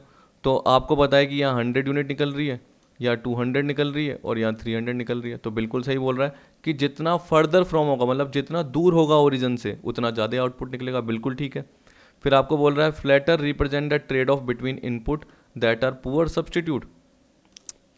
देखिए आपको जो फ्लैटर रिप्रेजेंट करेगा तो वो जनरली कब करेगा, मैंने आपको बार बार बताया जब वो परफेक्टली सब्सटीट्यूट हो। तो जो कर्व है ना वो लेस कॉन्वेक्स होते होते कब हो जाएगा, जब मैंने आपको बताया परफेक्ट। तभी अपना वो रीजन एक बार गलत था, जो आपने गलत कर दिया था, जो ऊपर मैंने आपको बताया था आइसोक्वेंट वाला जो आया था ना अपना असर्शन और रीजनिंग का, तो वो रीजनिंग क्यों गलत था, क्योंकि उसमें आपको बोल रखा था कि जैसे जैसे लेस होता जाता है तो आपको बताया कि वो कॉम्प्लीमेंट्री की तरफ बढ़ रहा है कि नहीं, वो परफेक्ट सब्स्टिट्यूट की तरफ बढ़ रहा है। तो आपको बताया जैसे ही फ्लैटर करेगा तो फ्लैटर का मतलब वो क्या रिप्रेजेंट करेगा, परफेक्ट सब्स्टिट्यूट, जबकि यहाँ पे क्या बोल रखा है, पुअर सब्स्टिट्यूट, गलत है। फिर सी में क्या बोल रखा है, negatively sloped represent input combination associated with stage 1 of production. तो ये बोल रहा है कि जो भी आपका आइसोकेंट आता है जो आपको नेगेटिव स्लोप रिप्रेजेंट करता है। तो ये क्या बता रहा है, इनपुट कॉम्बिनेशन किससे एसोसिएटेड है, with the stage 1 of production. नहीं, आपको भी पता है क्यों, क्योंकि जनरली आपने जब भी पर्टिकुलर जो भी कर्व देखा है या जिससे भी रिलेटेड पार्ट देखा है, आपने चाहे देखो प्रोडक्शन फंक्शन का पार्ट देखा, तो आपको पता है कि पहली स्टेज में जनरली हम देखते हैं कि प्रोडक्शन एक तरीके से बढ़ रहा होता है। दूसरी स्टेज की जब भी हम बात करते हैं तो तब जाके क्या होता है, वो डिमिनिशिंग रेट से बढ़ रहा होता है। तो नेगेटिवली स्लोप क्यों हुआ, क्योंकि आपको पता है कि डिमिनिशिंग रेट से बढ़ रहा है, यानी मार्जिनल प्रोडक्ट गिरता हुआ जा रहा है। जनरली ये पार्ट था। तो negatively slope represent input combination जो कि किससे एसोसिएटेड है, स्टेज 1 ऑफ प्रोडक्शन नहीं, स्टेज 2 से। तो जब भी आप याद रखना कि अगर मैं पर्टिकुलर पार्ट बोलूँ, एक रिज लाइन आती है, तो आपको पता है कि एक तरीके से यहाँ पे तो आपका प्रोडक्शन ज़्यादा ही हो रहा है, लेकिन यहाँ पे आके यहाँ तक आ गए तो टोटल प्रोडक्शन यहाँ पे मैक्सिमम होगा इन पॉइंट में, और यहाँ पे आप करने की नहीं करोगे, क्योंकि यहाँ पे आपका ये मान के चलो कि अगर लेबर यहाँ पे है तो लेबर ज़्यादा लग रहा होगा, और टोटल मिला के आप बोल सकते हो कॉस्ट ज़्यादा लगेगी। तो आप वो रिज लाइन के अंदर ही पर्टिकुलर क्या करोगे, जो ओवल शेप की होती है उसके अंदर ही काम करोगे। तो जो स्टेज 1 ऑफ प्रोडक्शन है वहाँ पे नहीं, स्टेज 2 ऑफ प्रोडक्शन पे आप आके आप रुकोगे। तो जनरली जो नेगेटिव स्लोप होता है वो स्टेज 2 की वजह से होता है, क्योंकि स्टेज 1 में तो क्या होता है, इंक्रीजिंग रिटर्न मिलती है। क्या मिलती है, हमेशा याद रखना, इंक्रीजिंग रिटर्न मिलती है। तो जो नेगेटिवली स्लोप है जब भी घुमा हुआ बनता है वो हमेशा किसकी वजह से बनता है, एक तरीके से स्टेज 2 पे आने की वजह से, क्योंकि वहाँ से डिमिनिशिंग रिटर्न स्टार्ट हो जाती है। ठीक है, तो ये भी गलत है, स्टेज 2 होता तो सही रहता। तो हम क्या बोलेंगे, ये सही है 28 का ए। तो देखिए इस तरीके टिपिकल है, तभी देखो मेरे को इतना टाइम लग जाता है, क्योंकि आपको पता है कि अगर पर्टिकुलर 1-2 मिनट समझाऊंगा तब जाके हम बोल सकते हैं कि 1 घंटे तो लगेंगे ही लगेंगे। तो देखो यहाँ पे बोला 29, the absolute value of the slope of a convex isoquant. Absolute value जो भी इसकी बोल रखा है वो क्या क्या बोल रखी है, is equal to marginal rate of technical substitution. आप देखिए कि जो कॉन्वेक्स आइसोक्वेंट होता है स्लोप, वो किसको डिनोट करता है, MRTS को। आपको मैंने बार बार बताया, क्योंकि आदत है। अब देखो L के, तो यहाँ पे देखो चेंज इन L, ऊपर क्या आएगा, चेंज इन K। तो पहली लाइन तो यही बोल रखा है, ठीक है। फिर दूसरा बोल रहा है is equal to the ratio of MP of 2 input, ये भी मैंने आपको बताया, MPL अपॉन MPK। ठीक है, इज इक्वल टू आपका जो पार्ट आता है वो स्लोप ऑफ आइसोक्वेंट इसके इक्वल होगा, ऐसे हो सकता है। इसी तरीके से PX अपॉन PY भी होता है, यानी मैं PX अपॉन PY बार बार बोलता हूँ, लेकिन माइंड में क्या रखना है आपको, PL अपॉन PK, लेबर ऊपर कैपिटल नीचे। लेकिन यहाँ पे क्या है, लेबर बढ़ रहा है और कैपिटल कम हो रहा है, तो change in K upon change in L, जब भी लेबर फॉर कैपिटल बोले। कैपिटल फॉर लेबर हो तो सबका उल्टा कर देना, जो जो बताया। Decrease from left to right, सीधी सी बात है, सही है, क्योंकि आपका जो स्लोप है वो लेफ्ट से राइट की तरफ जाएगा। तो हम क्या बोलेंगे, all of the above are correct. 29 का डी। 30 देखिए, 30 में क्या बोल रहा है, the combination of inputs is optimal eight the point of tangency between isoquant and isocost. बिल्कुल ठीक, ये लाइन है आइसोकॉस्ट की, ये आइसोक्वेंट की है, टेंजेंसी। दूसरा क्या बोल रहा है, if the marginal revenue product is equal to marginal resource cost for all input. देखिए मैंने आपको ये बताया नहीं है, आपको पता है कि जब आपका अगला पार्ट आएगा, कॉस्ट से रिलेटेड पार्ट आएगा, फिर आपका रेवेन्यू का पार्ट आएगा, तो आप उसमें इक्विलिब्रियम की अप्रोच देखोगे, जहाँ पे marginal revenue is equal to marginal cost हो, तो हम क्या बोलेंगे, एक तरीके से वो मैक्सिमम आउटपुट का पॉइंट है। क्योंकि मार्जिनल रेवेन्यू अगर ग्रेटर देन मार्जिनल कॉस्ट होता है तो आप तब तक क्या करते हो, एडिशनल आउटपुट और बेचते जाते हो। एडिशनल आउटपुट क्यों बेच रहे हो, क्योंकि आपको एडिशनल रेवेन्यू और अर्न करना है। तो जहाँ पे एडिशनल आउटपुट बेचने में जो एडिशनल रेवेन्यू है, ठीक है, और एडिशनल आउटपुट बनाने पर जो एडिशनल कॉस्ट है इक्वल हो जाते हैं, तो उसे हम क्या बोलते हैं, एक तरीके से ऑप्टिमम प्रोडक्शन का पॉइंट है, ऑप्टिमम बेनिफिट का पॉइंट है, जहाँ पे मैक्सिमम प्रॉफिट होने के चांस है। तो कॉम्बिनेशन ऑफ इनपुट एक तरीके से कहाँ है, जहाँ पे marginal revenue is equal to क्या हो, मार्जिनल कॉस्ट हो, एक तरीके से ऐसे बोल सकते हो, ये भी ठीक है। तीसरा बोल रहा है, if the marginal rate of technical substitution between every pair of input is equal to the ratio of price of those input. अभी भी बताया था मैंने। तो देखो आपको पता है कि एवरी पेयर ऑफ इनपुट की जो मार्जिनल रेट है, मतलब चेंज इन के अपॉन चेंज इन एल, ये बोला, is equal to PL upon PK, ये भी खूब बार बताया, जिसमें जनरली आप क्या बोलते हो कि slope of isoquant curve is equal to slope of isocost line. तो यही पार्ट इसमें दे रखा है, तो हम क्या बोलेंगे, 30 का डी। चेक करना पड़ता है बार बार, तो 30 का डी, क्योंकि देखो इतने टिपिकल लाइन है, तो कभी कभी मुझसे भी गलती हो सकती है, लेकिन देखो मैं यही चाहता हूँ कि कुछ भी मिस्टेक नहीं हो, तो इसलिए मैं आराम से देखता रहता हूँ। नहीं तो मैं कुछ आपको गलत बता दूँ, बाद में क्या होगा, पूरी की पूरी वीडियो सत्यानाश हो जाती है। क्योंकि क्या होता है कि अगर मैं किसी भी पर्टिकुलर वीडियो के लास्ट के एंड में अगर मिस्टेक कर देता हूँ तो मुझे वापस से पूरी वीडियो बनानी पड़ती है। क्यों? क्योंकि मैं अगर एडिट करने बैठा और अगर मैंने रोक के वापस से उस पर्टिकुलर पार्ट से स्टार्ट किया, एडिट किया, फिर उसको एडिटर में डाला यानी वीडियो एडिटर में, फिर उसको मर्ज किया, फिर उसकी डाउनलोड की, एक तरीके से क्या बोलते हैं हम, जो टोटल मेमोरी बोलते हैं ना एक तरीके से, वो बढ़ जाती है हम बोल सकते हैं। तो वो अराउंड 1 GB या 1.5 GB की होगी। अब आपको पता है कि डाउनलोडिंग की स्पीड वैसे ही कम होती है, तो उसके हिसाब से टाइम बहुत लगता है। तो अराउंड टाइम उतना ही लग जाता है, तो मुझे वापस से वीडियो पूरी की पूरी बनानी पड़ती है।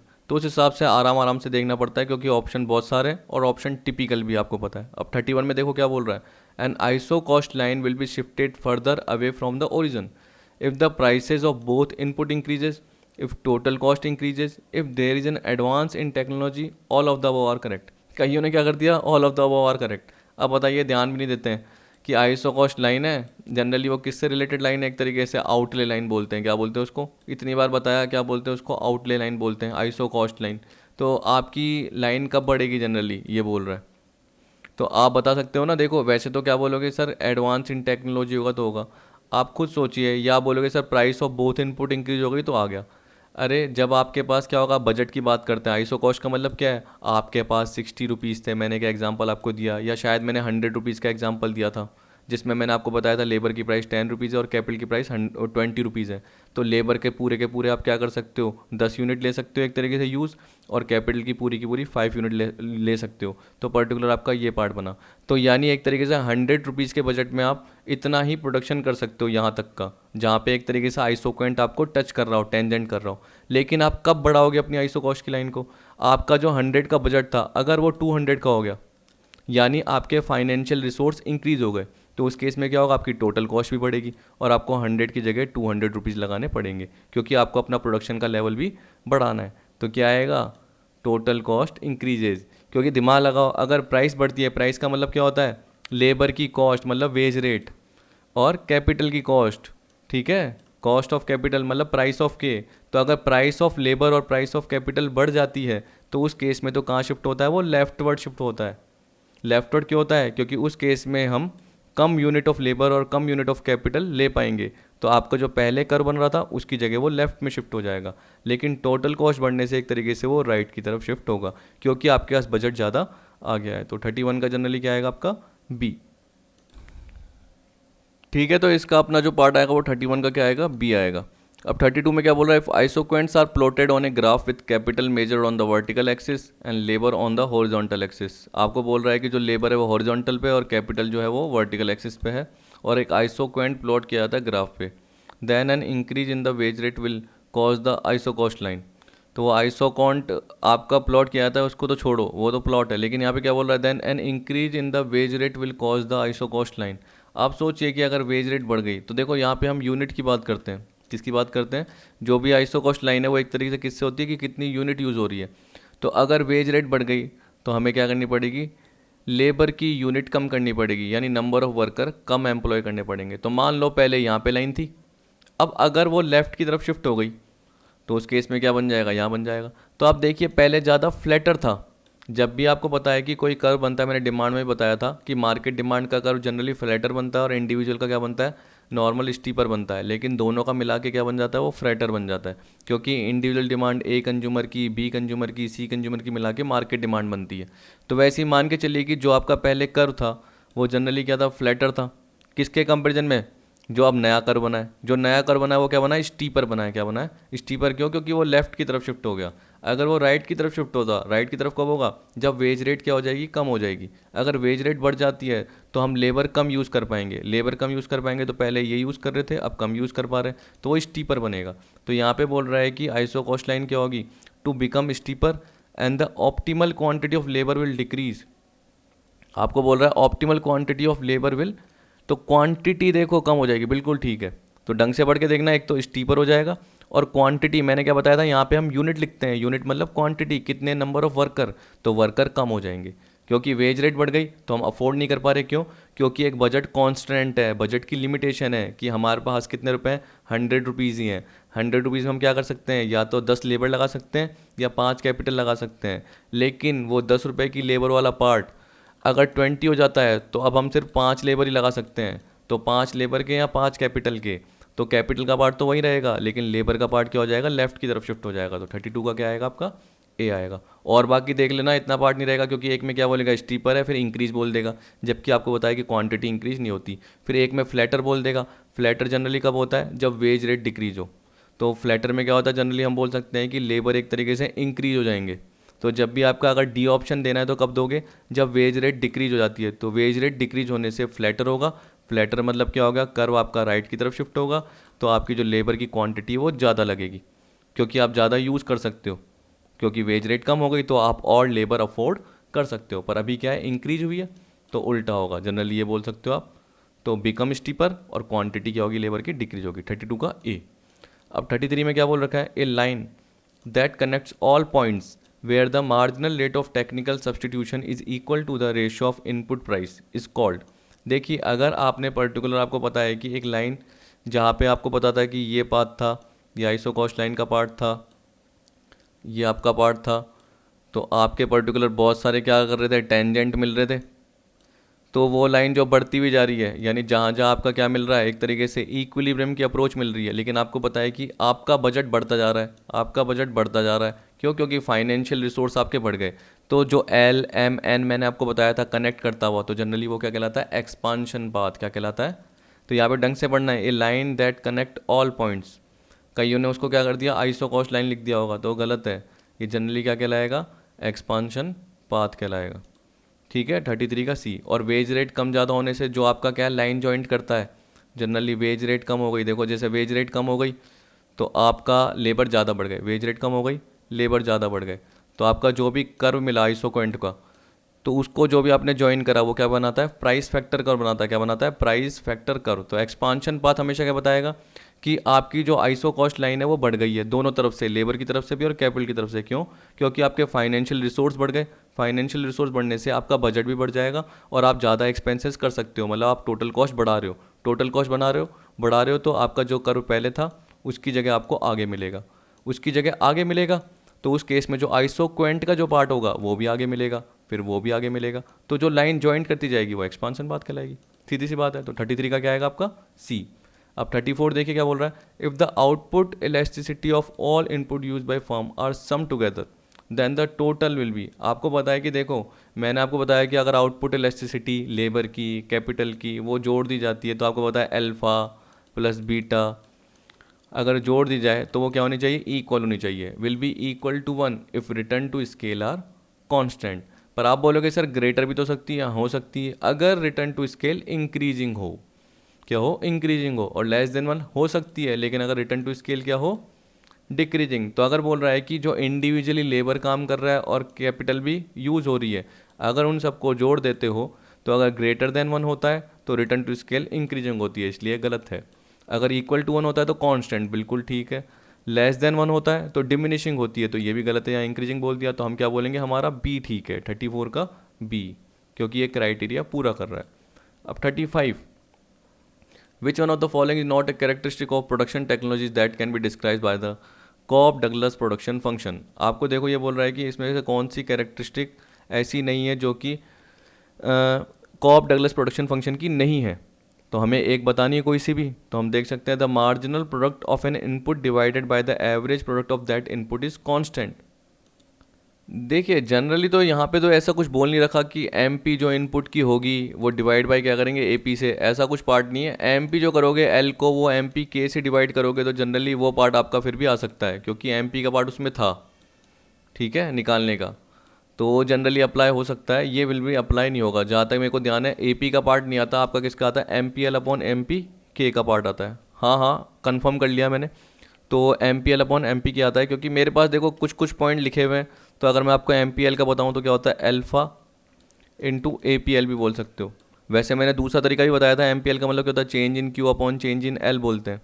तो मैंने आपको बताया था कि उसकी जगह दूसरा फॉर्मूला भी है जो आप याद रख सकते हो, कि अल्फ़ा के साथ आपका जो ए पार्ट था, ठीक है, ये जुड़ा हुआ अल्फ़ा था, और सॉरी एल था और के था, तो ये पार्ट था, आपको ध्यान हो तो एल के साथ आप क्या कर रहे थे, ए माइनस 1 कर रहे थे, और के साथ आप क्या करते हैं, बीटा। तो एक ये भी फॉर्मूला होता है। एक ये भी होता है कि अल्फ़ा के साथ अगर आप एवरेज प्रोडक्ट क्या कर दोगे, इन टू कर दोगे, तो ये आ जाएगा।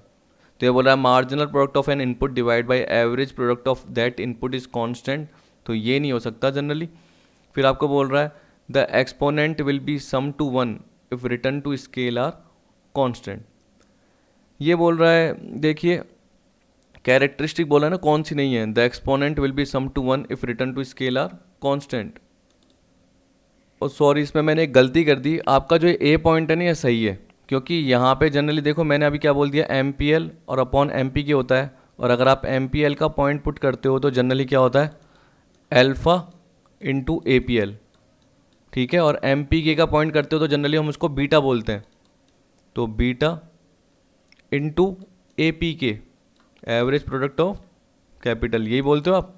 तो आपको पता है कि जब अगर आप अल्फ़ा अपनी जगह पे रखोगे तो नीचे आ जाएगा divide M P L upon A P L, तो फिर तो ठीक है, फिर जनरली क्या रहेगा, कांस्टेंट रहना चाहिए। अगर बीटा का पॉइंट बोलोगे तो M P K upon A P K, तो बिल्कुल ठीक है, लेबर से रिलेटेड इनपुट और कैपिटल से related input M P upon A P हो जाता है। तो एक तो ये कंडीशन याद रख लेना, ये बिल्कुल ठीक है। इसमें बोल रखा है कौन सी कैरेक्टरिस्टिक नहीं है, हम क्या बोलेंगे, ये है। बी क्या बोलोगे, exponent will be sum to 1 if return to scale are constant. अगर आपकी कांस्टेंट रिटर्न टू स्केल है तो a plus B is equal to 1 होगा, ये भी बिल्कुल ठीक है। ये जनरली मैंने बताया था, ये डिग्री ऑफ होमोजेनिटी कहलाती है कॉप डगलस में, तो ये इक्वल टू 1 रहेगी।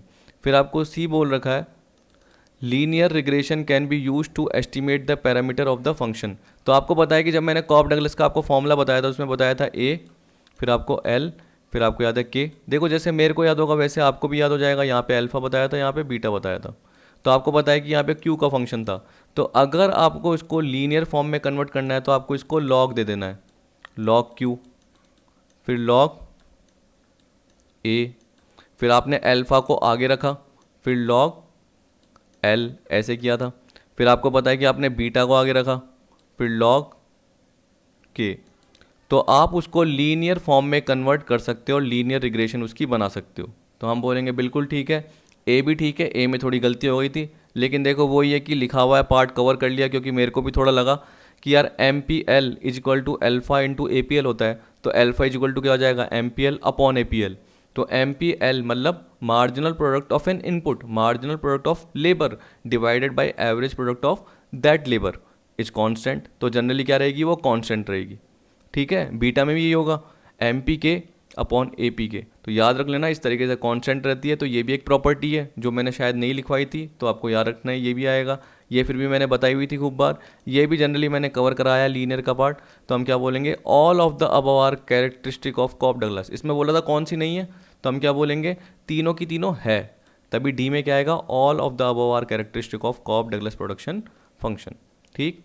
तो आई होप आपको सारा पार्ट समझ में आ गया होगा। कोई भी पर्टिकुलर यहाँ पे मिस्टेक नहीं है, सारे मैंने चेक करके करें। कुछ गलतियाँ क्या होती है आपकी, अरिहंत ट्रूमैन में होती है, ट्रूमैन में तो फिर भी कम होती है, लेकिन अरिहंत में बहुत ज़्यादा मिस्टेक होती है। तो उसमें तो पास्ट ईयर के एमसीक्यूज भी दिए हैं, उसमें भी मिस्टेक कर रखी है, पता नहीं क्यों, जबकि उसकी तो आंसर की दी भी होती है, तब भी मिस्टेक की हुई है, आप चेक कर सकते हो, कभी कभी मिस्टेक मिल जाएगी। तो मैंने प्रॉपर सही किए हैं सारे के सारे क्वेश्चन, क्योंकि मैं उसको 2 से 3 बार चेक करता हूँ। जब भी कोई भी क्वेश्चन देखता हूँ तो उसको मैं प्रॉपर 2-3 जगह से चेक करता हूँ, तब जाके ही करता हूँ। तो याद रखना यहाँ पे आपको सारा पार्ट सही मिलेगा। कभी कभी मिस्टेक हो गई तो एक क्वेश्चन में आप मान के चलो मिस्टेक हो सकती है, लेकिन ऐसा चांसेस बोल दो 0.01% हो सकता है, ठीक। तो आई होप आपको वीडियो पसंद आई होगी। वीडियो देखने के लिए थैंक यू।